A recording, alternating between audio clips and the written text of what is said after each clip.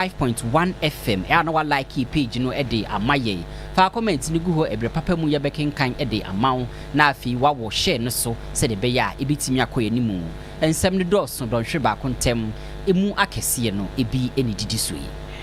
Oh my Ghana, yesi di no enya mfinhia no edi osia na mpanyifo edi dwumadie ahyehyɛ so mampanyi akasa ɔse yesi di no yemfa endi dwa yemfa nye nneɛma ɛho ehia pa. Anti-LGBT bill no ekoto wo mampanyi dada yewura ekufo ado apono so a wansan no ene yewura John Dramani Mahama se wono se betona apono so a wontwentwen ne na ase kora obesign tentem.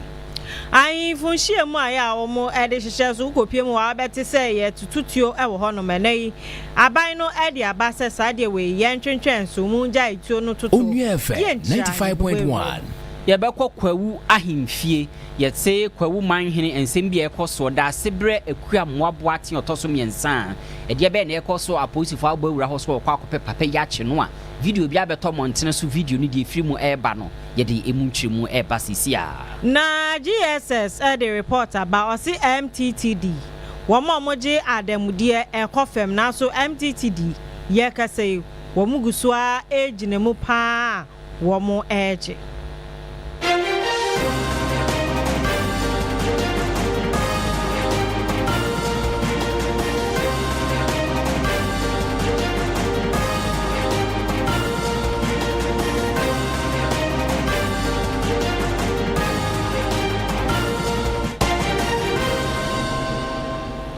and semno edroso and I don't share back on 95.1 FM. Yes, see in Kunya ye de e babe someone no. And then you I can kind for me bidding the Abubakar Sarpong mene. Nana Afia Oforiwaa ko Facebook na so ye demu wo hoye. Onua 95.1 FM ko like mama wo share no so bi o so for comment ne bra emre pemu ye be hwe ni akenkan e dia ma ye nhya se free o my Ghana ye sidi no na ye ka say sidi no enya 60 years na che se mfie no eduosia na e ade a ko na nimu pa ne empanyifo ahwe e de dwumadie bi ahyehyɛ so kama ye bod sidi no ho dero ye ka ho asem na ye hwe kwan o my Ghana ye ko enim no ye sidi no ebe ko so agina ne naso na dwumadie no ase e na Ghana mampanyi owura John Dramani Mahama wo kasa no de ato bibiara enim se ye kodi dwa ye koto ade ye nhwa se ye de sidi no ebe to ade woni omudi dwa obi wo no ma wo se mi kwa dollars me de dollars na to me dan sa ne ma ne nyina emwa ebi onso wo mo hwe se ne o my Ghana ye sika sem no ebe ko so agina ne na so akonanim ebi onso ye sika aya na ye de ye ne ma basa no aban no so ohwe se ne nyina eno so ebe ko fem na aban no mampanyi kasa no eno se na aban no so waye krado pa se obehwe ama ye sidi no agina ne na so pa na ye kwa nim no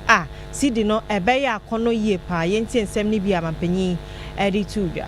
A modern currency regime requires not only strong institutions, but also an informed and responsible public. I therefore urge the Bank of Ghana to strengthen nationwide public education in 3 critical areas. The first is promoting the use of the cedi in all domestic transactions. Using the national currency strengthens economic stability and reduces unnecessary exposure to exchange rate volatility. The second is improving currency handling practices.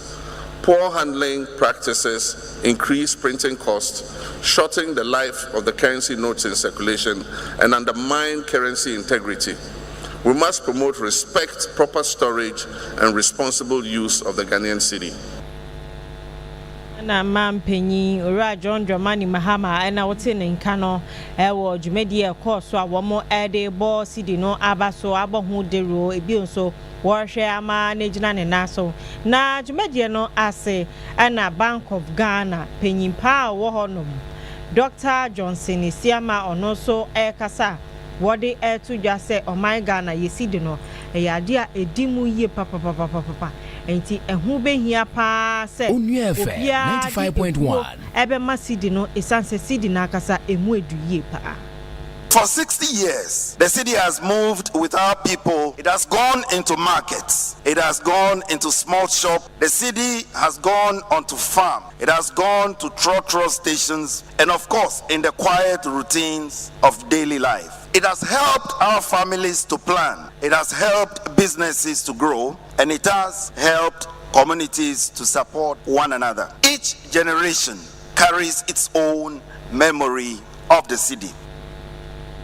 Na chese city no abo adwuma ye papa abo man no abo munipa eni woni a wo mu didwa obia wo Ghana ha say biara city no aboa obia nti wo say ye de enidie ma Onua FM 95.1. Yegusu ejina omampanyi John Dramani Mahama akachi na ene omampanyi akasapa se ade baako a afie twa mu anasokra se MPP abreso ne ho nsem iguapono so gidigidi LGBT bill anti LGBT bill a ekoto wo main parliament ema ho nsem beye bebre mrahye bedwa ebubu hu do nsahya ase wieye afie yese akwakoto omampanyi dada na nadodan kwakufu ado apono so se womfa ne nsanhya ase na emra meye mra ewo meyimu a Ghana manfo hwe ni mu hwe ya ekoye hwibuada enya ade ba so ndi samanyuku ba ye kamia kwesa manfo hya ase huhu na minority momomra hye bedwafo mu dudo ena wode ade ne koto parliament ena afi no ye kan Onua FM 95.1 sanhya ase ansan enti momo ba ye na nka manfo hwe ni mu se animu ya ade no modem sabekwa akotim so amna ba beye mra ekamia kwesa ayidin eno ena ene yewa John Dramani Mahama ene Christian Council mpanimfo ekosra no eno no otwetwe nkomo eno se emramu no se de ade no ekoto omampanyi dada apono so a wansan no asanso akoto parliament biem enu nti se koba se mrahye bedwa esan ye de obeye nyina wie na se beto wono omampanyi John Dramani Mahama apono so a enya de obepupu niti kra wodin sabe hyase no wasan se de beya ebeba beye mra.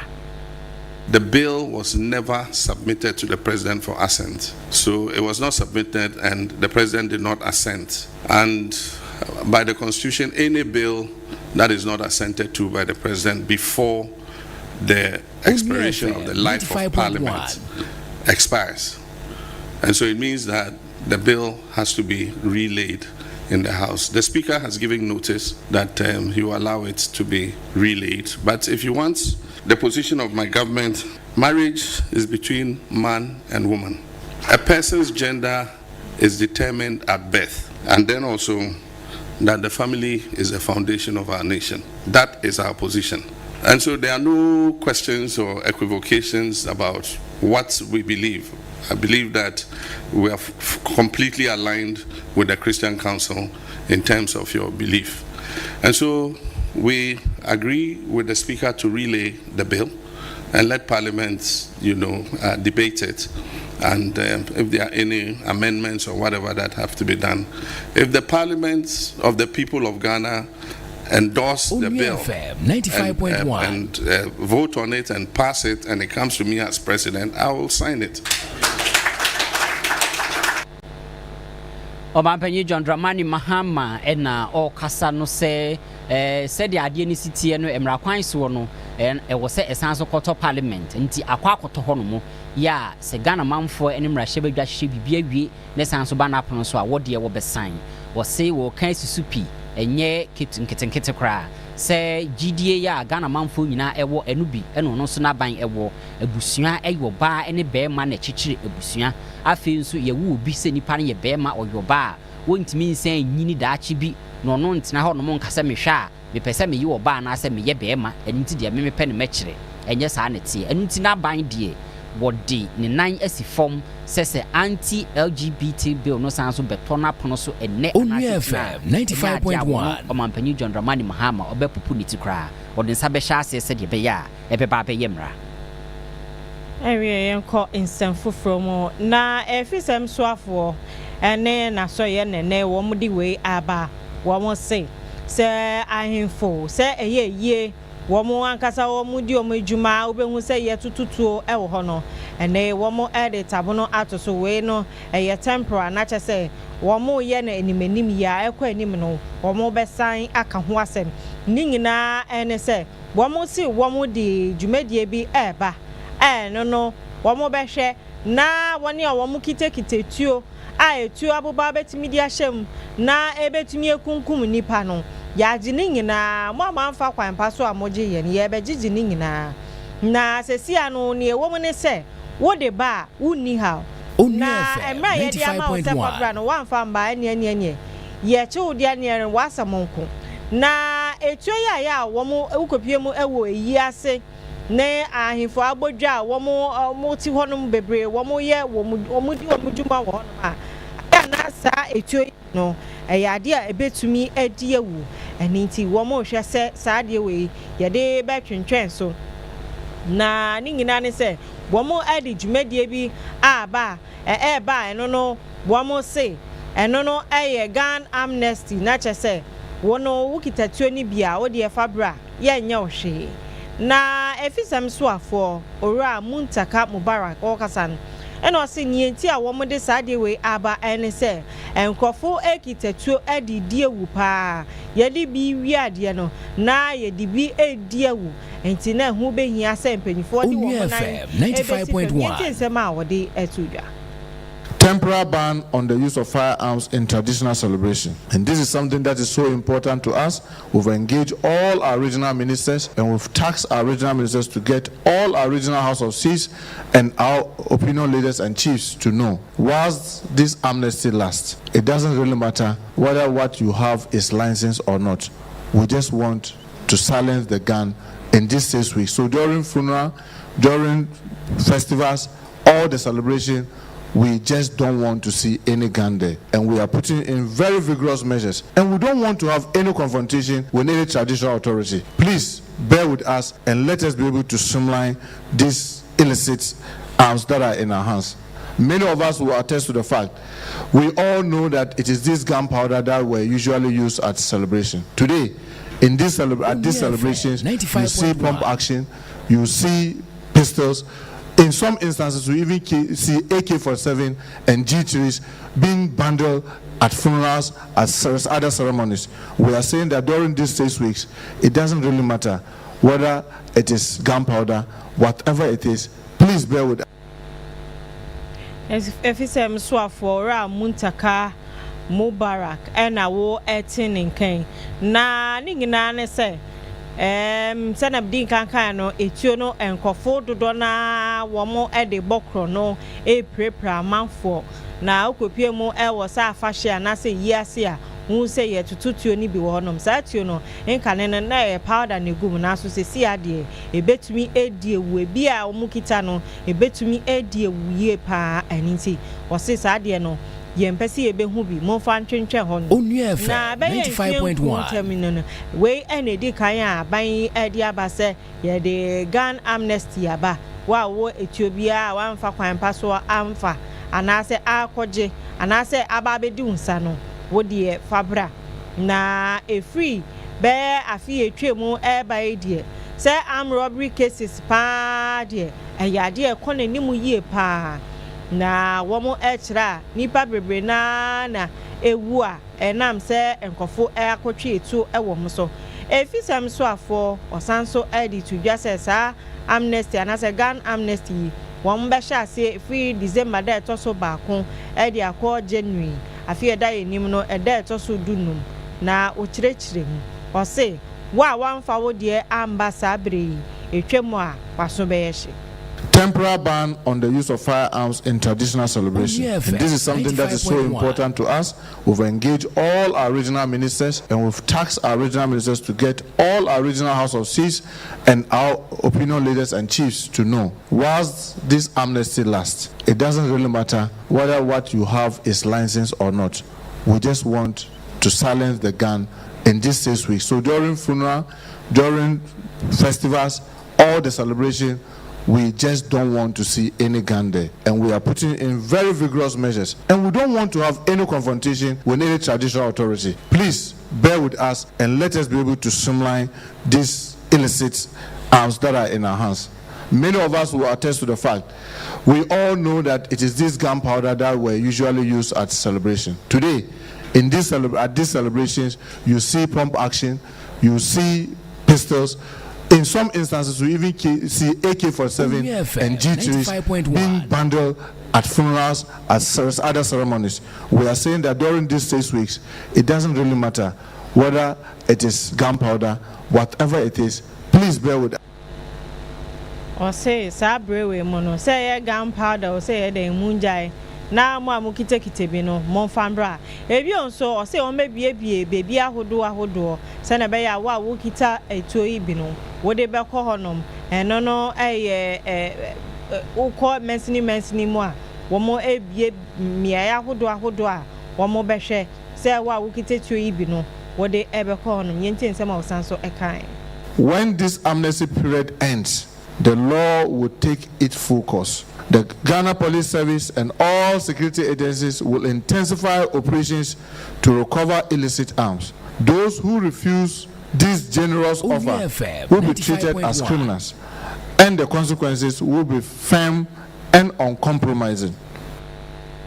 Ora Muntaka Mohammed Mubarak na wote nkan na che se osu kopie mu ewa asante mantem ene mfimfini mantem a ehon so chichu baby agalamse yi bi so ekoso a etu ahodo na ene nam hono ma na wose wa obehu so obi ekita saatio yi bi no enkawa no entum uhu pe na wakobo empanyifo amane mu so so amukite bi ni yase mu nyina mu mfambra.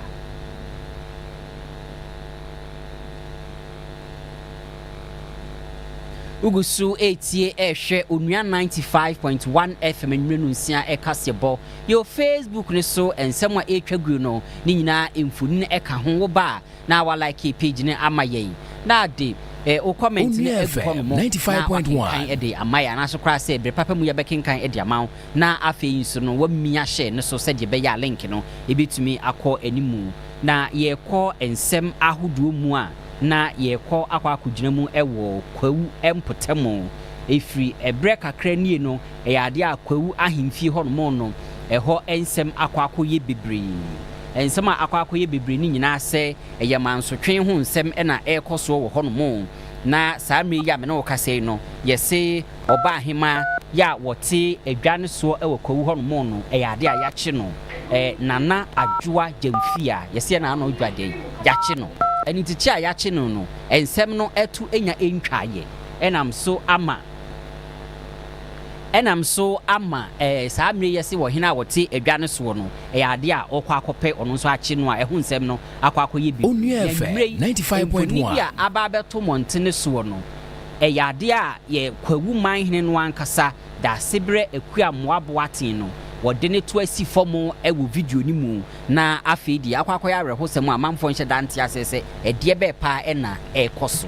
enu nti no ensem yi ye ne yensem truni Yvonne ni kwi ya oto enkra ifre poye mantemu no ye ne Yvonne ba betwetwe ho enkomo ese samfo ni ebeto montene so akwawu manhene ne tusi fomo no wo kasa wo tu mfuturu no eye de ne ba ye asem no ankasa no emu ntwemu etisen Yvonne Manya bema Yvonne ya mawajo ama wakwaba wadaroma boye nchemu kakra ede ba ade na ekoso ewo kwawu manhene ahemfie ho a yehunu de yehunu ewo Facebook ni so apapa etusi fomo na obo imfuturu sa no Onua FM 95.1 Mfonia da Facebook ho a etie for airfare no nyo o te fomo ho a yehwe ni ye friend no ye didn't say so no your friend on dasebe ekuama boaten nanso ni diankasa ye ba for osei akoto na ye metinya cheche mu kakra ne se emfie etwe mu 2024 mentimo ho ase kakra ebi baaye entina se empenyimfo ehwe na omutimi boni besi resolve asema ekoso nanso ankoye esanse na afenu no baako adwinkyere omo se omudi kwewu hene foforo esiso kwewu hene so omudi ne susu dadada a oye da sebre kwama Japan so etrese there bi na se boni me se due process no ewie na Onua FM 95.1 o assembly na sese mutumi tuno na mutuni nto dia asema no akodan it's in regional house of chief judiciary committee say nya beni omunhwem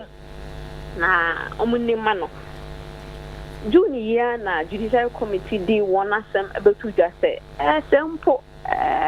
afenu no gidi say ko himi a disu dada no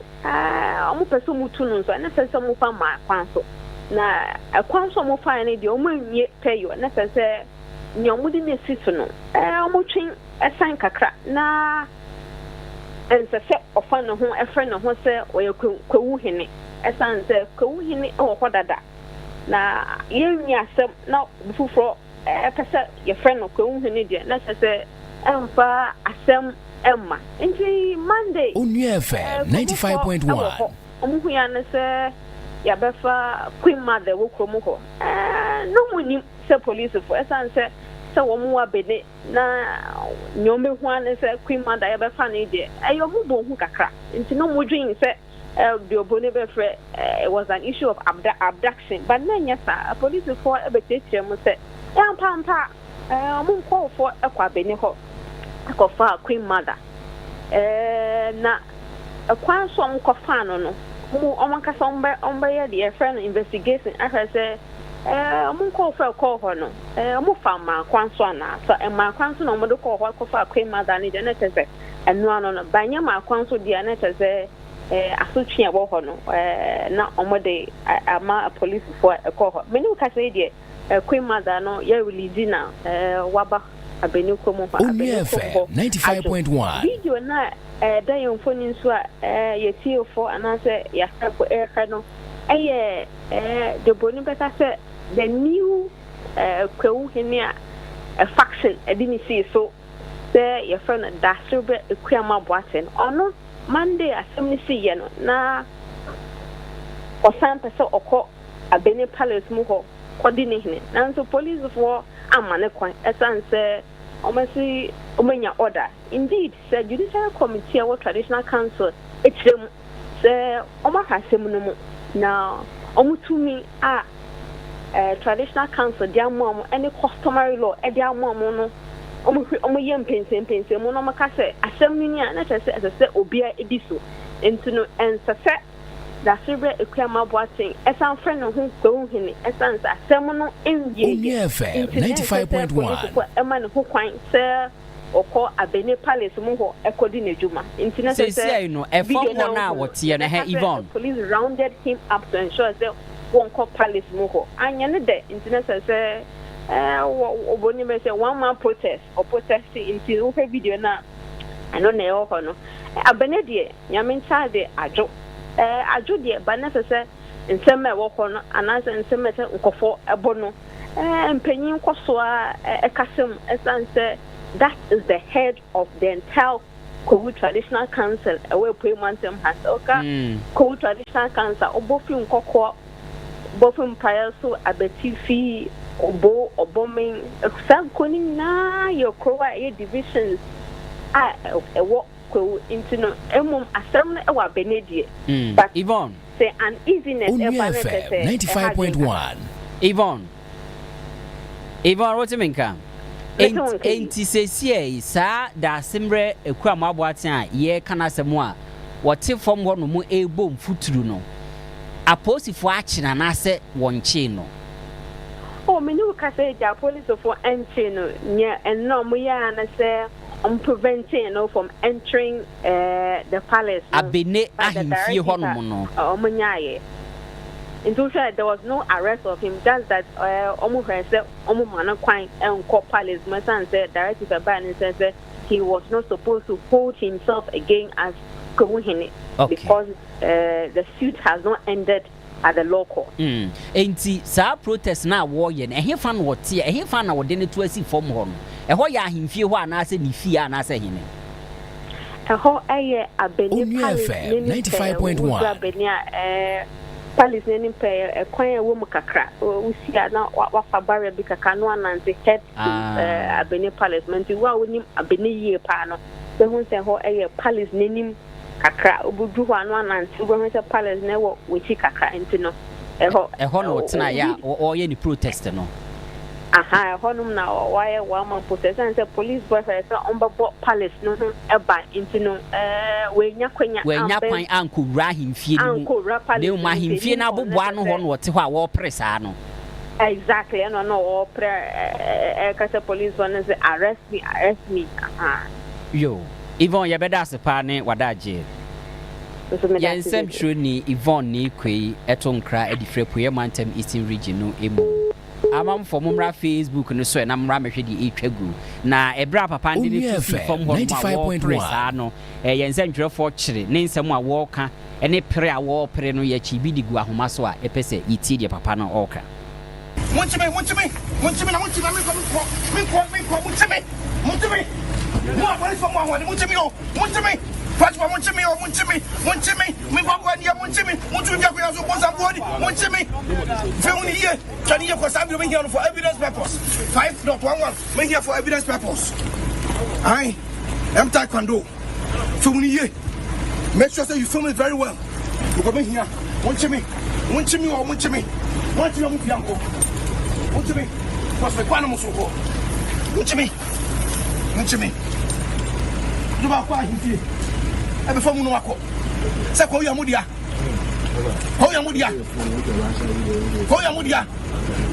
Munchime. Onua FM 95.1. Utwabi ye na chinda kata kwa na munchime. Ko ya mudia. Munchime. Mupanga meguminsa. Mina mi anu ka ho. Mumpaja me kwatuka mu. Mo to mushutu mi. Munu kliba kummi. Eja mbazo odini ze. Dasibe ko wa ti otosu nyensa. Tonne. Dasibe ko wa otosu nyensa. Odinu no. So ni ye DAAB ba me se kwa mo. E bia nu spell so.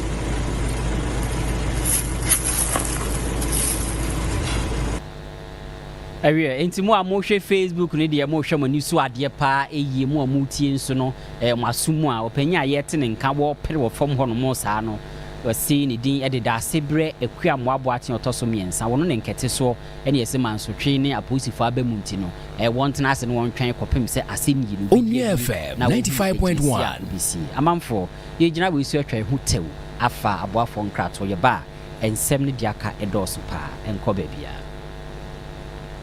Kaka mutubibeti esi krombro nyabrei omu hu te se bills nanso hwe na wa ma parties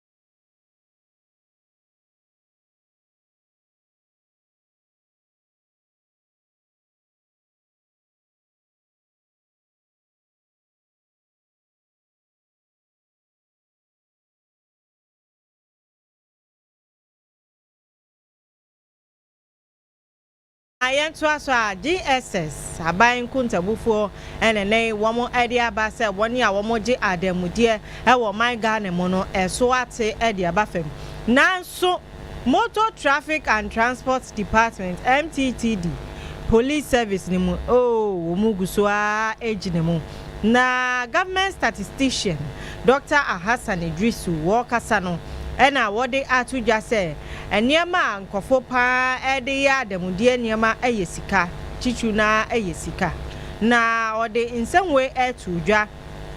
wabra womo pa 95.1 eho entama no hwehwe mu bi a womo eye ya womo atu ni din se government series wave 2 report no womo pa ho entama no ena wode etudwa na ni nyina ne se omanga na mu omanga ha se no sesi ano adamudi agye no eyade a ekofem nkakra o se we no eye na so MTTD de MTTD womo de womo guso a edge bribe jiji wo Ghana data nature waba form kakra. In fact, from 2024 now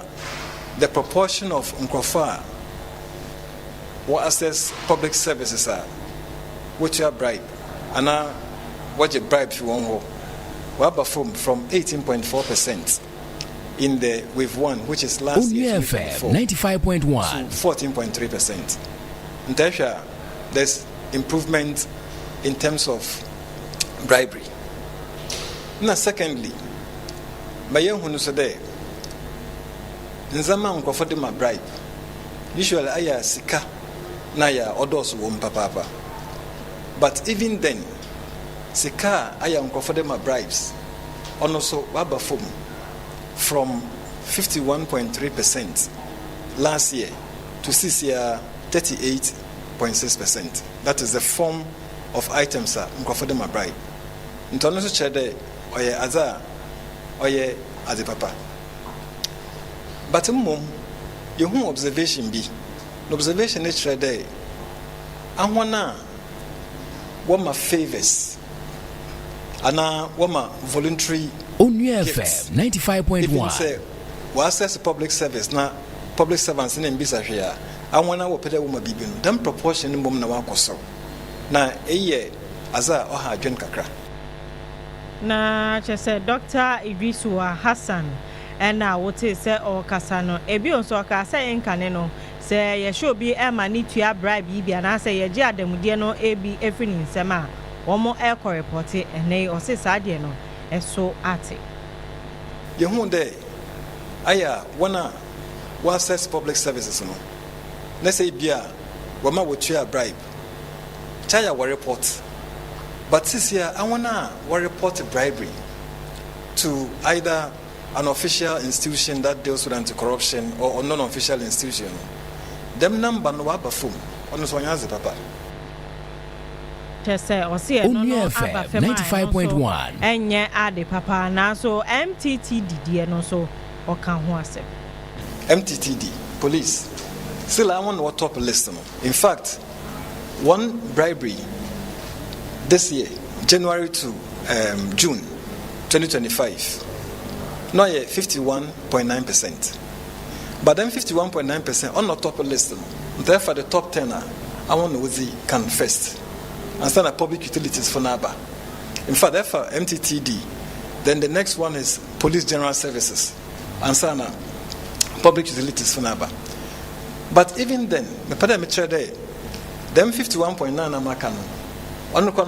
Because last year, no, it's 61, not 61. This year, performed by about 10 percentage points, which is positive, but still 51.9 or so. Onua FM 95.1. I say MTTD. The woman so much na so Saudi to Afia Oforiwaa money dia na chesa afiwe die no. Omaya ade kakra. Na so baby ejina 51.9% na die. So I was ro enti mo amo jeje ene mo amo jeni nyina ode atumani mu se munja isade no emmo man no. Over there yes strengthen institutional integrity. Very important. Na hano ye trade institutions are aya war for public services and the citizens go and access those public services no. Yen try as much as possible yen digitalize those services so that the contact with human beings no will reduce. Why them now the probability of even bribe payments on them are very low. or they make sure that laws are over Ghana will be a bribery. Another corruption. FM 95.1. Yensa Sonuma, or they actually papa. Don't yet then Obama other uncrofoso when you be. Yanko yanim ewo kasebonu emu Ghana adehye na ye ko akwakugina Office of Special Prosecutor akachi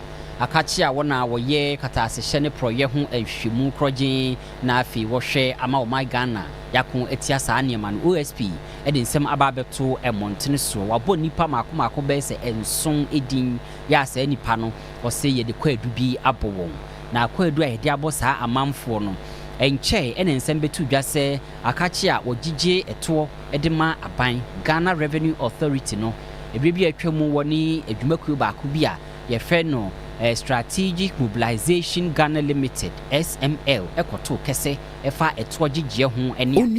na 95.1 OSP say sika bi anwunu afa amanfo bi ensem ekwan na ewoso fa so di dwuma no enya ade a wo fa so saa enunti ho nsem aba beto montene so enumu bi ena enam so a enei enipa makomako be se enson OSP abobo wundini ese ye de kwadu makomako aduoson wotwe 78 charges ene ye de abowon dini edi kan eye enkane o my Ghana photo sam for former finance minister Ira Ken Ofuri ata afi GRA commissioner ya na woti adwaso saabre no wura amishadai urusu amu a wonso ka ho bi ena sa SML no opanyina na oye kwankyerefo chief executive wura Evans Edusei ena afi sikasem asoye Ministry of Finance kono ena afi Ernest Akori wono so yese won so ka ho bi ena afi adwumakuo no anso SML no as an entity won so eyade a OSP abundin aka ho na ebredi animu no ye behwe se de hwehwemu bekro na saa mamfo elu de emra edewon ebekọ akogina Yentu aso na sa obekaya July da etoso miensa ewa fi mu a na beto dwa se immigration officer bi wayera na busuafo ehya se wo mo eye hu dede na no echi no na ye ko hu se ne Onua FM 95.1 no hu bebi egugugu bebi a eno no na anhye nkura na chese wato nananom ewon sedo na to a wato nananom ewon sedo no enye nipemu a nadamfo a wode ne ka a osi wo mbra no mbeji sika no na ne hono koye efiri hono eni ekohu no ewo enwura nim na asem no eba ne sa na nipa mienu na yedi yensa ekyerechero mso ano no ba ko ye bright awe eni Thomas Ziga ye kasa no wo mu age na asem di bia asem no ye koso adi hu asem say immigration officer Stephen King amo a yekunu no anase obi ekunu no wo mu guswa ka ho asem na ene wo mu a wo mu gina asem ni mu wo matam asem no e de akwa akopie mu e wa Attorney General na kache se won hwe na won ka ho asem na sanam din kankan ye no ora Stephen na emu no anase nini pedua no 95.1 yekohu ye e wa Abuom Junction no no eben kwabenya eno ne ma empanyifo anase police fo di ekira yekofa Bright Awe any Thomas Ziga ye ka say Bright Awe any Thomas Ziga ya fa mo asem no wo mu di hu akoniaba ene ora Stephen ebusuafo no enya asem keto akra hu say Thomas any Bright wo mu ekokota na ebusuafo no wo mu edi ekire ye papa wo mu de wo mu se wo mu pattern ne di ama ora Stephen King amwa na ne yakoba ye ne say Bright Awe any Thomas Ziga womo apacho ekun bi allegedly akopa hocho na ye di akwa eno na akopie mu ewo Adabraka District Court eno no asem no ye se ye di akopie mu ewo Attorney General FM 95.1 se ni aye die se ye susu allegedly se obi ekun obi a wapepa hocho die eni Attorney General for our advice bra 2 years for na yenhwe nya yebeye ni nyina ne se report e ba ye no eno susu wo mo age na so a wo mo de ebetufo na sa Attorney General edi betufo na ni nyina ne se mra nim ni panyin a na odi asem no abena so owusu omenyo eyade a yasan so ama na adwuma foforo sanse magistrate ba kon susu eni honum ti na wo se okotene mu enti ye kasa na asem no ye tu ahyeda de akọ December da to so miensa na nearby ene say abra ye ma omo bill no anase ye ma omo ye ma omo bill no ade ana nipa ba ku bi wo no mo so e wo se ye ko che no nti mpanyifo ohwe se wo mo betumi akwa kire another Onua FM 95.1 nti bright awe any Thomas Ziga o masem no December da to so miensa mpanyifo besan so na afi wodo comment ni egu hono mo nwa mi a share no so se de be ya ebe ko nanimu October bosome da na etoso adunu miensa e no my Ghana yanti asempa na enkane omenyi eba penyini former first lady na Akonedu Agima Rollins enya ne baby ekoye efisa abre no abusua ene aban panimfo ayenhihia ahodo bebre ya opeso de pe maami krabe kra na ene abusuafo no ene ensentrefo ayenhyiamu ewo nkran ha no mo Onua FM 95.1 ese na Akonedu Agima Rollins meyi no November bosumi ya iwumu ni da etoso adunu nwotwe ena eyi no obepe maame ne krabe ni nyina mu no abusua panyin anaso kra se opanyina oda na abusua no ano opanyin oheneba akwesi abeyi ena ne nsentwerefo edi nhyiamu a ode ensem ntwemu atudwa efiada eye 28th November 2025 year ena ebeja na kwan wo Independence Square nkran ha ebehya se anopa nonsia akopemre bewi yede nana namu no befri mochri ne de aba abesi ho na ejam asofo bebo ho mpaye na bakosem dwumo bedi na sase so yebeka de osie ye no state funeral bia no beba so abusuane de yebe sere se 95.1 adia abehaye no yede tumatuntum ye brisi kuntunkrin ene tumatuntum bia na ebe frade aye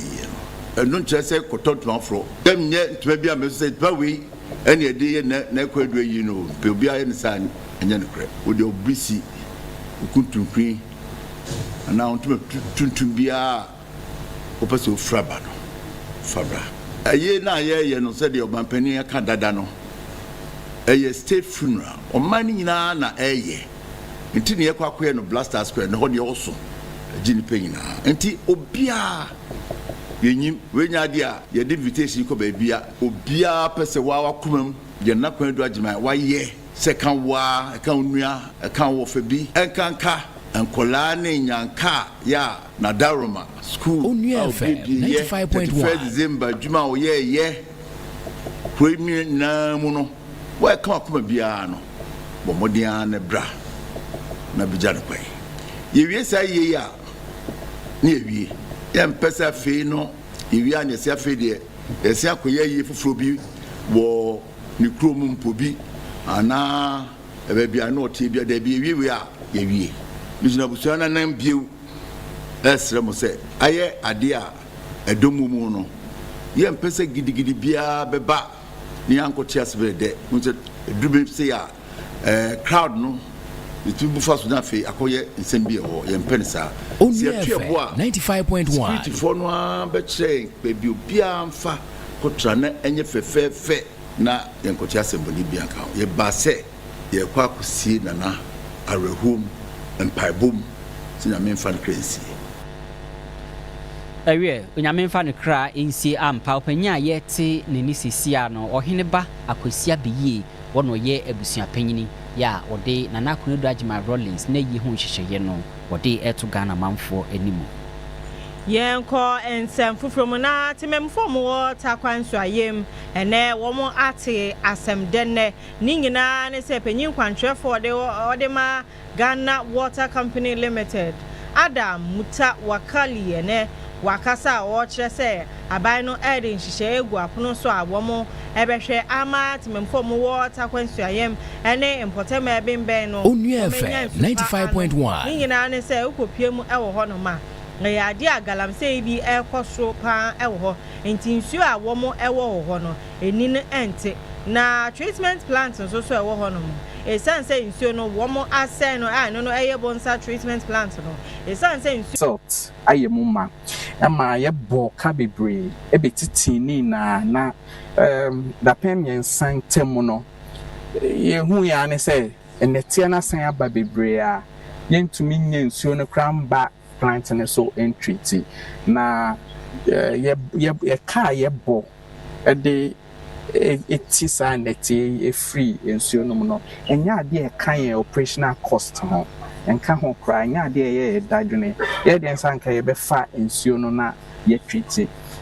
plant in design ye no na nsuo no 95.1 na ninye na nke 15 NTU but you see no pay it's almost about 4,400 NTU ama nro ne niama ye de be treat ye be ma nsuo na ye kama no kra na enya ade ye etasum anase ya de pa wo so ye ka ho ansam ya dia asa oman wo se na ye kan ya adwin bom ne de ensa bom na sa dwumedi ekoso a edi enyan ye hwe na ye ma brass na oman no ye nya nsuo de ma bonsa ene takwa ese akasa na chese penyipa wo hwe bonsa treatment plant engineer Richard Eson na wote nin kano na nsem ya odi tudwa no wodi tudwa wa bra penyin kwantrefo Onua FM 95.1 Limited Adam Muta Wakali dino mamboni ya monfa enchemi okopie mu ewo hono ma wo hwe ekwan a ombefa so enya nsupa no na owura akoye no wankana no antum odi nsem bi tudwa a wo kire mu se ekwan a ombefa so ama timemfo mo takwa nsuayem ene ne importem wo mo enya nsuo no wo mo behwe no maye ne sa pepepe. As the mining company extract and it goes deep, they sometimes hit aquifers, which are huge reservoirs of water and quite clean. So tap from there and pump it to the station. That's what one of the options we'll be looking at.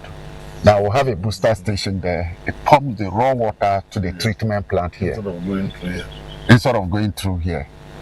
And once that one, the turbidity is like 95.1 less than it's zero. As we have already done some work on it, turbidity is zero. And where it is, illegal mining and any other activity cannot affect it because it's deep down. So it's one of the surest way of making sure that our plants continue to work. And once we have huge mining companies here, it will be one of the options we should be looking at in providing water to this. With the one we have there, it contains almost 20 million cubic meters of water in terms of volume. And that is huge. And that means that all year round, this plant can work every day because the capacity is about 5,000 cubic meters per day.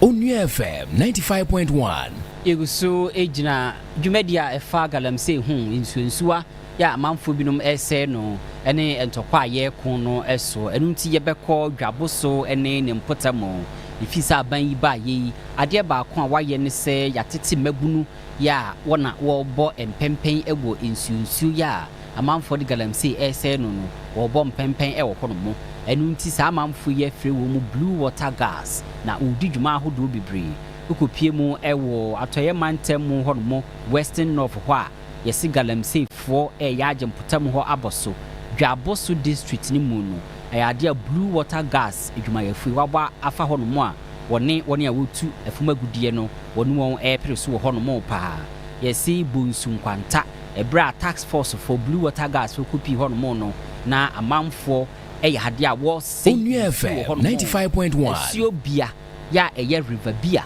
ya edampotam hono mo no yesi kane ne nka esukrogin enei amanfo de galamse no atu adani nsuo nani asɛ no kra enunti bra blue water gas for kudru hono mo no yesi ni mfidi amanfo de ye adwuma wugya hono mo tito enu dwane koye enunti champagne mfidie no yesi maako be se edumyinu enu gya hono mo a blue water gas for ni twa jatu mu hye ni nyina adworo be enunti ewom sa amanfo na san wonhwene so obese nsuo ene ejapade wo hode na blue water gas for yin so se won so bebo ho bode na de obetum bia na obeye se de beye a dwaboso district hono mo no galamsey ya amanfo ye ede asei sa esio bia no ɛto ebitumi atwa ye guswa jina galamse nsɛmsɛm na akopie mu ɛwɔ Onua FM 95.1 ɛwɔ Amansie South Mensini ni mu ɛwɔ Santema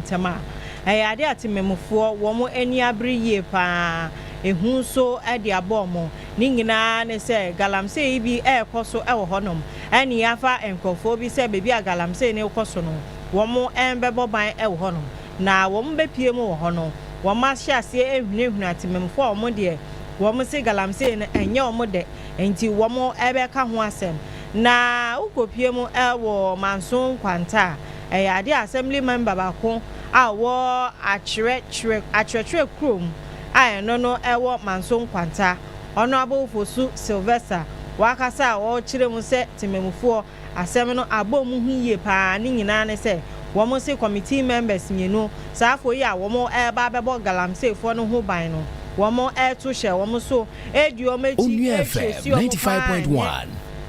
ɛnya asɛm ketewa ɛne ti tememufoɔ ɛde ato mpanyinfoɔ anim sɛ wɔn ɛntwa wɔn ani ɛmbɛhwɛ manso hɔnom na ne ɛkɔ so wɔ hɔ no wɔn nyɛ bibi ɛmfa